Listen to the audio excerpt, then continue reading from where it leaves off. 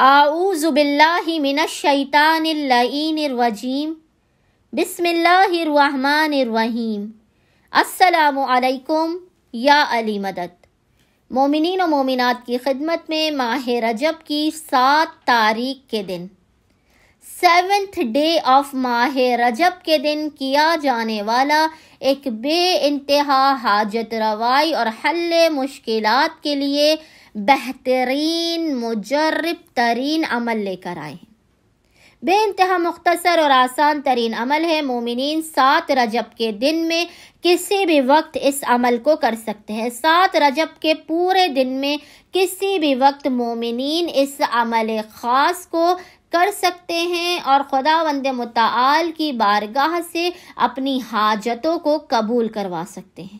اس قدر یہ حاجت روائی والا خداوند متعال کے اسم اعظم کا عمل ہے کہ علماء بیان کرتے ہیں، اور حقیقتاً یہ علماء کہتے ہیں کہ اگر کسی نے یقین اور ایمان کی معراج کے ساتھ اس خدا کے اسم اعظم کو پڑھ لیا تو خداوند متعال اس عمل کے اس ذکر کے پورا ہونے سے پہلے اس شخص کو اس کی حاجت عطا کر دے گا۔ لیکن شرط وہی ہے کہ یقین اور ایمان کی معراج پر ہوتے ہوئے آپ نے ان عملیات کو کرنا ہے، ایسا یقین ہو، اس قدر آپ اپنے یقین میں ثابت قدم ہو کہ آپ کا عمل مکمل نہیں ہوگا، خداوند متعال آپ کو آپ کی حاجت عطا کر دے گا۔ مومنین نے 7 رجب کے دن 7th ڈے آف ماہ رجب کے دن کسی بھی وقت 2 رکعت نماز پڑھ کے اس کا ہدیہ مولا اور آقا حسین ابن علی کی بارگاہ میں پیش کرنا ہے۔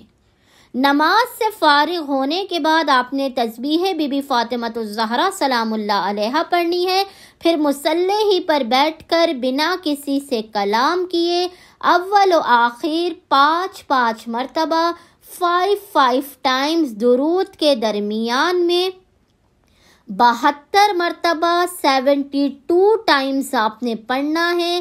اللہ یا رب یا رب، اللہ یا رب یا رب، اللہ یا رب یا رب۔ انشاءاللہ یہ ذکر آپ کو اسکرین پر بھی نظر آ رہا ہوگا۔ بنا کسی سے کلام کیے 2 رکعت نماز امام حسین ابن علی کی بارگاہ میں ہدیہ پیش کرنی ہے۔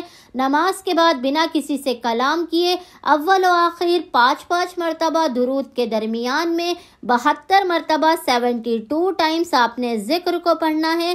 بحق مولا آقا حسین ابن علی اس اسم اعظم کی برکت سے خداوند متعال اس 5 منٹ کے مختصر ترین عمل کے دوران ہی مومنین کو ان کی حاجت بھی عطا کر دے گا، ان کی مشکلات، پریشانیوں، آفات اور بلاؤں کا خاتمہ بھی کر دے گا۔ امید کرتے ہیں مومنین و مومنات کی اکثریت اس عمل خاص کو لازماً کریں گے اور ہمیں اپنی دعاؤں میں یاد رکھیں گے۔ اللہم صلی علی محمد و آل محمد وعجل فراجہم اجمعین۔